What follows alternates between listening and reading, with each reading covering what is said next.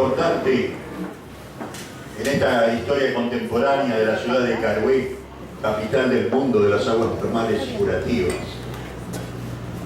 Hoy nuevamente la política y aquellos que la ejercen nos convocan a este lugar precisamente para tener conocimiento y contacto con aquellos que van de candidatos a nivel nacional, provincial y local.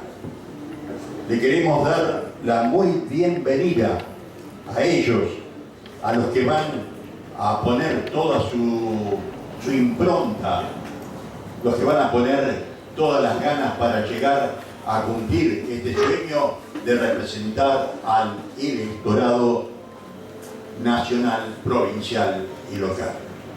Yo les digo muchas gracias a todos ustedes por haber estado en este momento aquí, por compartir esta mañana de Carué, y los dejo ya con la voz del primer candidato de un país a concejal por Adolfo Alsina, el contador Eduardo Ángel Marichalar.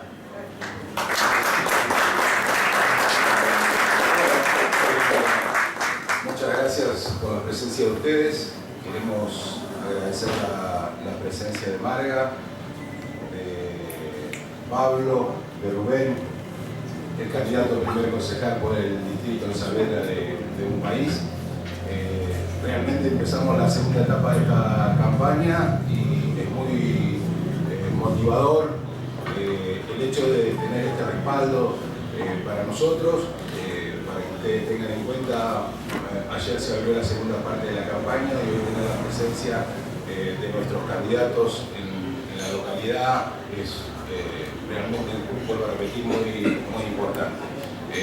Yo no la voy a hacer perder tiempo ni a Margarita ni al resto de los chicos porque tienen que seguir en la gira. Vuelvo a repetir, le agradezco la presencia a todos los que nos han acompañado. Sabemos que es un horario complicado, por ahí hay gente que no pudo venir. Y también, por supuesto, agradecemos la presencia de los medios para que podamos habilitar ahora una pequeña conferencia de prensa con las preguntas que le quieran hacer. Muchas gracias. Muy bien, muchas gracias. ¿Esto está prendido? ¿O puedo hablar sin esto también, no? No. Muy bien. Bueno, muchísimas gracias. Lo primero que quiero es decir, como lo hago en muchos otros lugares, si se quiere, como parte de la honestidad que uno tiene que tener cuando trabaja en la actividad política. Yo creo que esto debe ser una condición fundamental de quienes pretendemos ser representantes políticos en las distintas comunidades. Es decir que tal vez Adolfo Alsina refleja, como pocos otros distritos, el mensaje de unidad que nosotros queremos dar como un país. Hago esta aclaración porque he venido otras veces desde hace mucho tiempo a este lugar donde nos peleábamos con los que hoy estamos juntos. Y también siento que esto ha sido parte de un gesto de unidad que nosotros decidimos dar con Sergio Massa y que no fue una cuestión sobre la marcha, meramente como parte de un proyecto electoral. Nosotros no nos juntamos para armar una lista de la noche a la mañana. La verdad es que desde hace mucho tiempo sentimos ese reclamo que la sociedad nos formulaba cuando decían hay que unirse, hay que unirse. Y nosotros habíamos confrontado en la última elección, competimos con Massa e inmediatamente después de pasada la elección lo que hicimos fue juntarnos y tratar de encontrar aquellas coincidencias que vimos que eran muchas y tratar de ponerlas por sobre las diferencias que no eran tantas. Y así fue como comenzamos un proceso de conocimiento y de confianza. Y trabajamos 1 año y medio juntos en el Congreso de la Nación con una agenda política, parlamentaria y programática. Y logramos muchos avances. En un Congreso que funcionó muy bien durante todo el año pasado y ahí sobre todo pudimos llevar adelante muchas de las iniciativas con las que Sergio Massa venía desde hace tiempo, sobre todo en defensa de los trabajadores y del salario. después de que el propio Cambiemos durante el gobierno había prometido durante toda la campaña electoral las reformas al impuesto a las ganancias, había pasado un año y se seguían haciendo los distraídos sin reformular justamente esto que era tan central para el bolsillo de los trabajadores. Bueno, fue Massa realmente quien impulsó un gran acuerdo de toda la oposición para forzar al gobierno y terminar sacando esta modificación al impuesto a las ganancias. Trabajamos juntos una ley de protección de las víctimas, en una sociedad y en un tiempo terriblemente violento, donde cada vez nos damos más cuenta de la necesidad que hay de un Estado que apoye a aquellas personas que son víctimas de un delito, de manera directa o a través de algún familiar. Y lo pusimos en el centro de la agenda política. Y de la misma manera lo hicimos con los jubilados, con el empleo, y eso nos fue uniendo. Y así unimos nuestras trayectorias muy diferentes. Todos saben que nosotros provenimos de una cultura radical, de una trayectoria radical, vinculada tal vez con una agenda más institucional, pero nos pareció que era un momento oportuno para unir esta agenda tan institucional con una agenda muy social que venía del peronismo de Sergio Massa. Y así es como nosotros entendimos que después de habernos conocido, después de haber llevado adelante una agenda de manera exitosa, era el tiempo también, y se dio casi naturalmente, de conformar un acuerdo electoral. Y así definimos este frente que se llama Un País y que por sobre todas las cosas lo que tiene es una propuesta de unidad de la Argentina.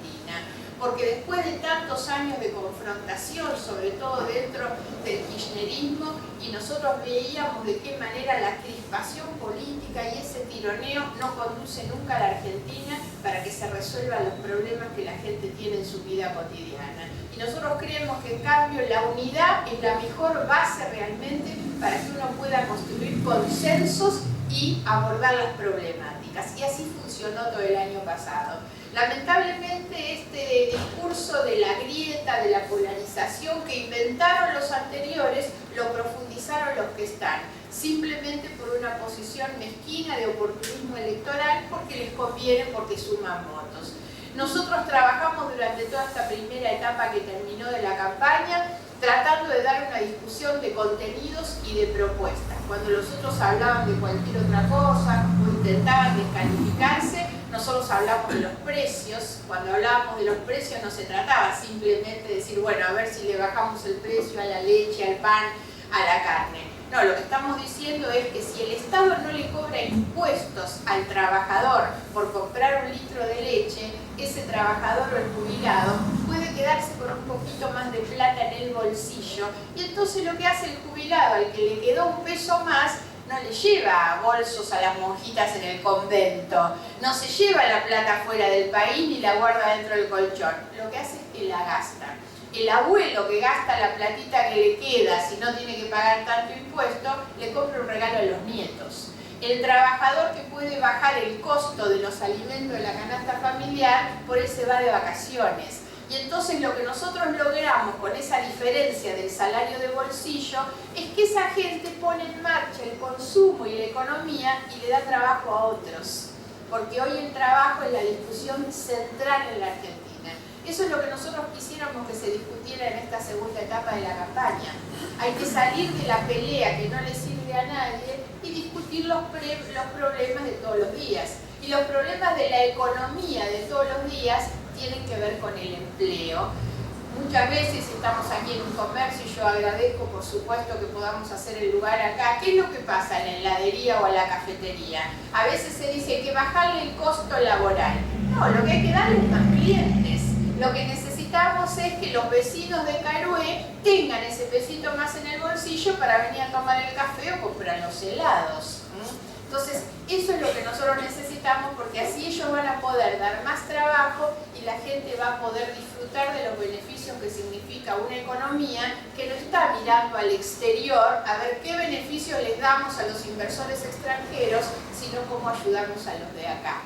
A nosotros nos pasa que cuando recorremos lo que la gente nos dice, dennos a nosotros los beneficios que le están dando a los otros, para que el empresario pyme pueda tener un crédito y comprar una máquina, porque si tiene una máquina le da como mínimo trabajo a 2 personas más. Ese es para nosotros el centro de la agenda. Iniciamos entonces esta segunda etapa de la campaña con la esperanza de que la política pueda discutir propuestas, pueda discutir sobre todo cómo salimos adelante. En un país como el nuestro, que es un país extraordinariamente próspero, que tiene capacidad de dar de comer a 400 millones de personas, pensemos eso, nuestro país solamente tiene 40 millones de habitantes, podríamos darle de comer a 10 países como el nuestro. Sin embargo, en este país hay 6 millones de personas que pasan hambre en un país como el nuestro. Son cuestiones inconcebibles. Para eso es lo que hay que discutir. Hay que discutir esos temas centrales. Es inmoral que tengamos chicos en situación de pobreza, millones de chicos. Esos son los debates. Eso es lo que se debe discutir en una campaña. Cómo se afrontan esos temas, cómo se resuelven esos temas para tratar de salir de la pelea permanente. A veces nos pasa que los periodistas dicen, ¿qué opina usted de fulano? ¿Y qué opina usted del otro? Bueno, mire, yo lo que quiero hablar es cómo resolvemos el tema de los pobres. Nosotros hemos decidido hablar sobre todo de lo que creemos que son los dos grandes ejes para afrontar los problemas de pobreza o de desigualdad que tiene la Argentina, que son la educación y el trabajo. Una mejor educación es lo que nos permite que nuestros hijos alcancen una calificación mejor para obtener un mejor trabajo y de esa manera un ingreso suficiente no solo para resolver las necesidades propias, sino también para contribuir en un país, en el progreso de un país que por sobre todas las cosas necesita que la gente tenga trabajo digno y con ingresos suficientes. Esos son nuestros temas de debate.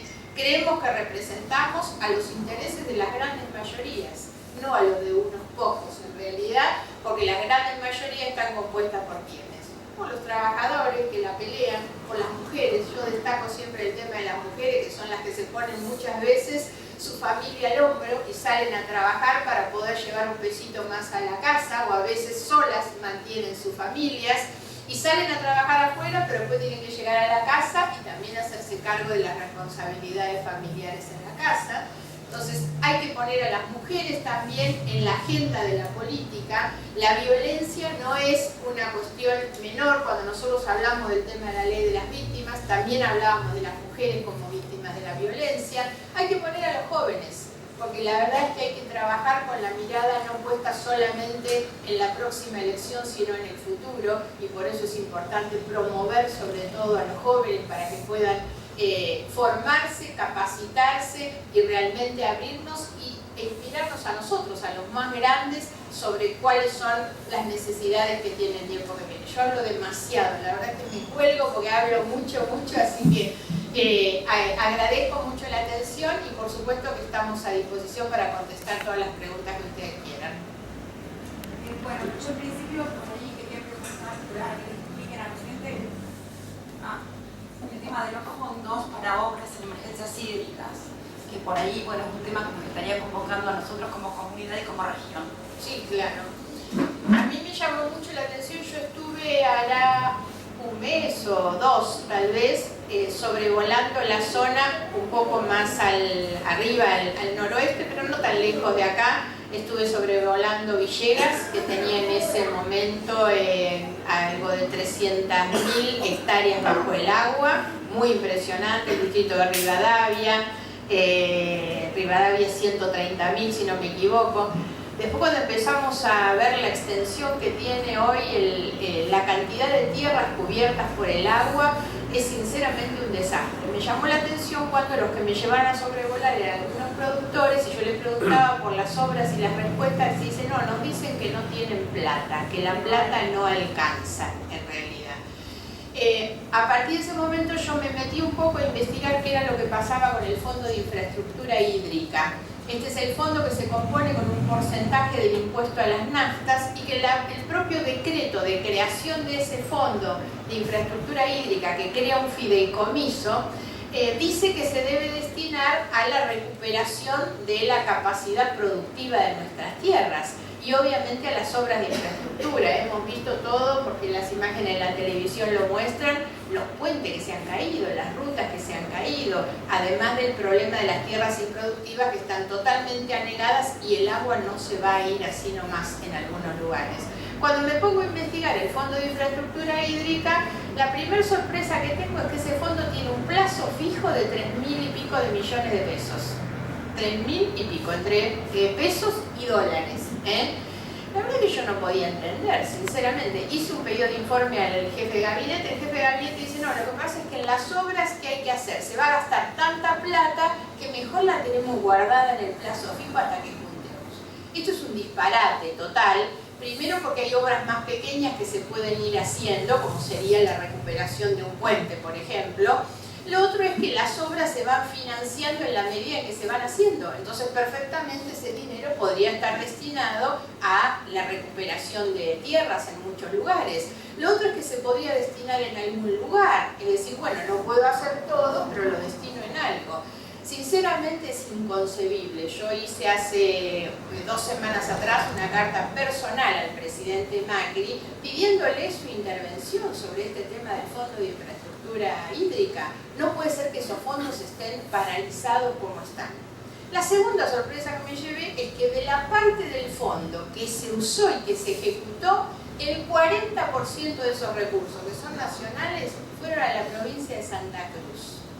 Para financiar las represas de Santa Cruz, Kirchner se permite, son 2 represas muy cuestionadas. Saben que hay un juicio en la Corte suspendió las obras, pero no suspendió las medidas cautelares.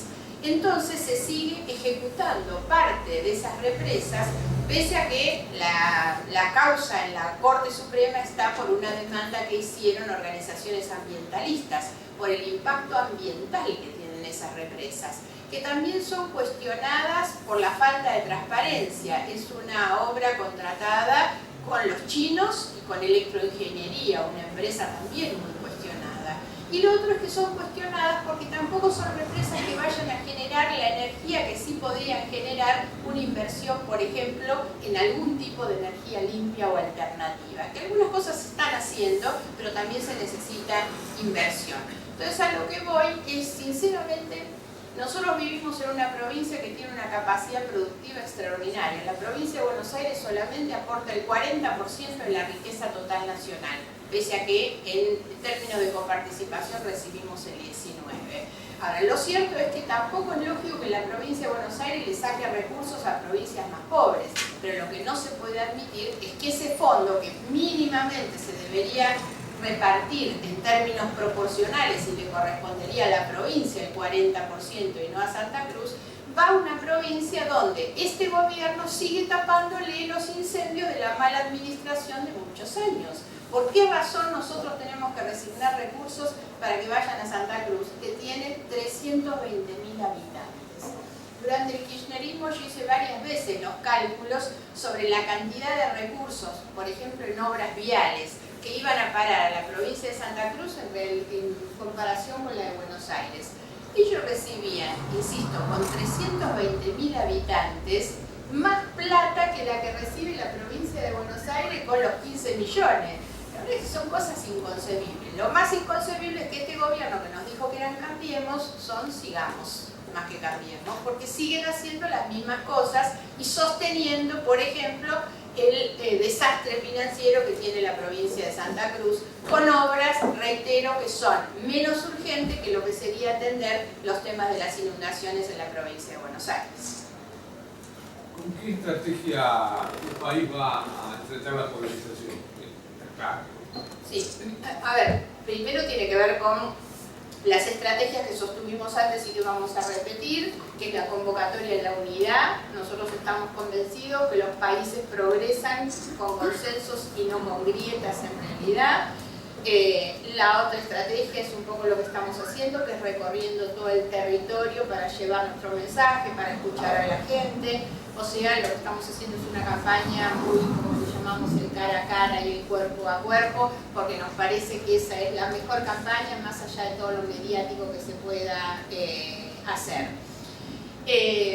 La otra cuestión ya más dirigida hacia dónde vamos a ir a buscar los votos. Cuando nos preguntan esto, nosotros decimos vamos a ir a todas partes, no renunciamos a ningún tipo de votante. Eso lo vamos a hacer a través de distintos caminos. El primero es que nosotros vamos a focalizar mucho en esta etapa con distintos ejes que nos permitan a nosotros desarrollar nuestras propias identidades. ¿Qué quiero decir? Se ha hablado mucho en estos días sobre la peronización de la campaña, y en realidad lo que más ha hecho, a partir de nuestro acuerdo, y porque me parece que así corresponde, es anclar su discurso, su presencia y su propuesta en retomar las viejas banderas del peronismo. Las banderas centrales del peronismo, los mejores aspectos del peronismo histórico, es la justicia social. Es la defensa de ese sueño de mi hijo el doctor, donde los padres se esfuerzan para que el hijo llegue a estudiar y poder tener un mejor trabajo. La idea de la movilidad social ascendente. Eso es peronizar la campaña para nosotros, que es anclar la campaña de Sergio Massa en los sectores más populares, entendiendo que el gobierno que tenemos es un gobierno que realmente mira a los sectores más poderosos y pretende que los más pobres esperen el derrame, que nosotros creemos que nunca llega, por supuesto. Y en mi caso personal voy a anclar la campaña en aquellos aspectos sobre los que también he construido una identidad. Los ejes de mi tarea van a ser la justicia y la transparencia, en un momento donde la sociedad tiene una demanda muy fuerte de justicia, porque Argentina se ha convertido prácticamente en un país de impunidad, y siempre decimos lo más grave no es la corrupción, es la impunidad de los corruptos, porque en todos los países siempre dicen corrupción hay en todas partes. Bueno, pero en otras partes están presos los corruptos, en cambio acá no. Entonces, el aporte que yo hago a la campaña sobre todo es trabajar mucho los temas vinculados con justicia y con transparencia, con educación también y con la agenda de género, por eso hice recién una referencia al tema de las mujeres. Nos parece que también esta idea de que cada uno trabaje con estos ejes que nos dan un poco de identidad y reconocimiento, nos va a sacar de una primera etapa que fue una etapa como muy vacía de contenidos, ¿no? No hubo casi contenido. Vamos a tratar de forzar discusión de propuestas. Respecto a dónde vamos a ir a buscar, hay para nosotros un nicho muy importante donde ir a buscar votos, que es la cantidad de los no votantes, los que no concurrieron. Yo no tengo la cifra de Adolfo Alsina, pero cuando fuimos a buscar en los distintos distritos, hoy conversamos con la gente de La Madrid temprano y nos decían que ellos tienen el cálculo que es altísimo de los que no fueron a votar. En una población de votantes de 9.000, creo que 3.000 no fueron a votar, es enorme. Cuando buscamos quiénes son los que no fueron a votar, en muchos casos son jóvenes y por lo tanto hay que ir a buscar a todos esos uno por uno. Pero lo otro que hay que tener claro es que el no votante no se sintió atraído por esa expresión de los dos extremos. Sobre todo porque el votante de Cambiemos era un votante muy anti-K, anti-Cristina. Entonces ese concurrió a votar de manera muy militante. Ese fue sí o sí porque quería votar contra Cristina. El voto de Cristina también es un voto muy cerrado, muy consolidado, muy militante. Entonces lo que nosotros creemos es que ese porcentaje alto de los que no fueron es porque realmente no están comprometidos en eso, por lo tanto es mucho más permeable a nuestro discurso de unidad y más propositivo. Ahora, eso nos demanda un gran esfuerzo. Yo le digo en todos lados, empiecen a buscar en las planillas, en los padrones, los fiscales, quiénes son los que no fueron y vayan a tocar el timbre. Hay que ir a buscarlos uno por uno porque es gente descreída de la política, lamentablemente. Y nosotros necesitamos reconstruir la confianza en la política. Pero eso se hace a través de ese contacto muy personal y eso es lo que vamos a hacer. Sin renunciar a todos los otros, porque también creemos que puede haber un quiebre del voto del gobierno o de Cristina y por lo tanto vamos a ir a buscar en todos los lugares.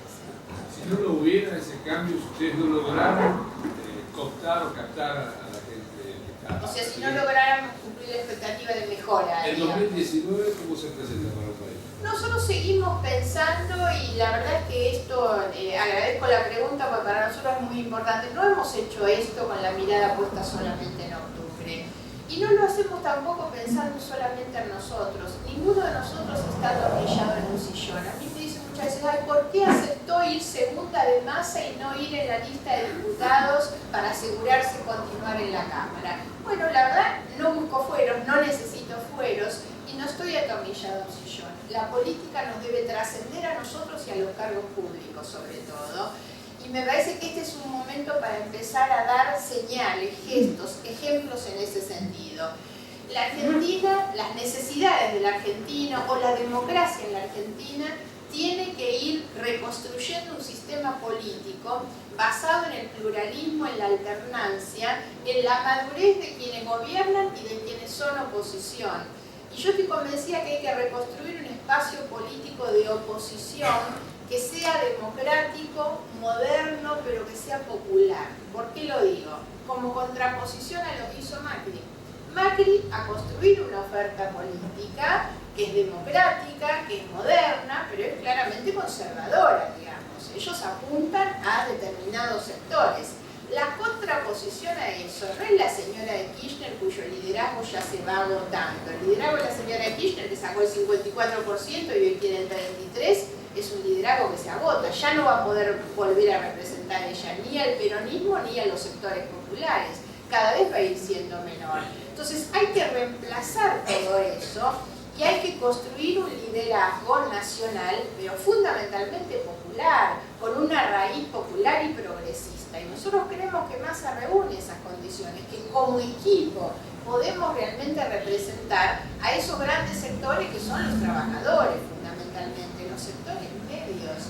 Esta gente está destruyendo las clases medias. Miren, yo no sé cómo se vive acá, pero en muchos lugares que nosotros recorremos y en las grandes ciudades, hoy las cadenas de hipermercados se llevan puestos los almacenes de barrio. La discusión sobre las grandes cadenas de las farmacias, y ese es un tema que está muy hoy en boga, se llevan puesta la farmacia del pueblo, los bares de los pueblos, las grandes cadenas internacionales. Entonces tenemos que empezar a pensar cómo hacemos para reconstruir la clase media, qué es lo que nos ha dado a nosotros identidad. Ese es el proyecto popular y eso trasciende octubre. Eso no es algo que seguramente no se puede hacer de aquí a octubre, pero hay que pensar en eso. El sistema democrático funciona cuando hay alternancia, pluralismo y alternancia. Bien, hace falta solamente mirar el ejemplo de Chile. En Chile gobernó Bachelet, se fue con una alta imagen, pero perdieron la elección y ganó Piñera, que era de derecha. Y después Piñera se fue y volvió a ganar Bachelet. Y ahora no sabemos quién la va a ganar, puede volver a la derecha. Nada se derrumbó. El que se va y pierde una elección, ¿qué hace? No apuesta al fracaso. Lo que hace es prepararse para demostrar que puede hacer las cosas mejor y venir entonces después que el otro. Y así es como debería funcionar la democracia en la Argentina.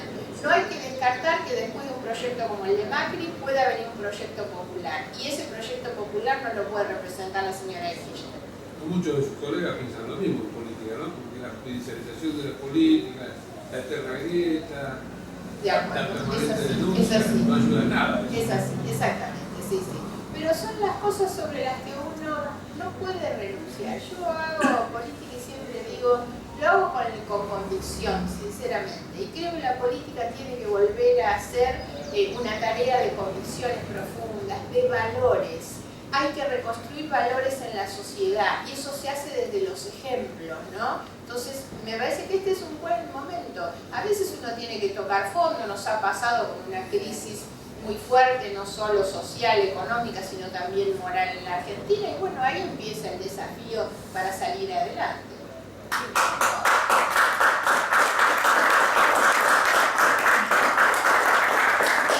Muchas gracias, Margarita. Muy amable, muchas gracias. Tenemos unos invitados especiales.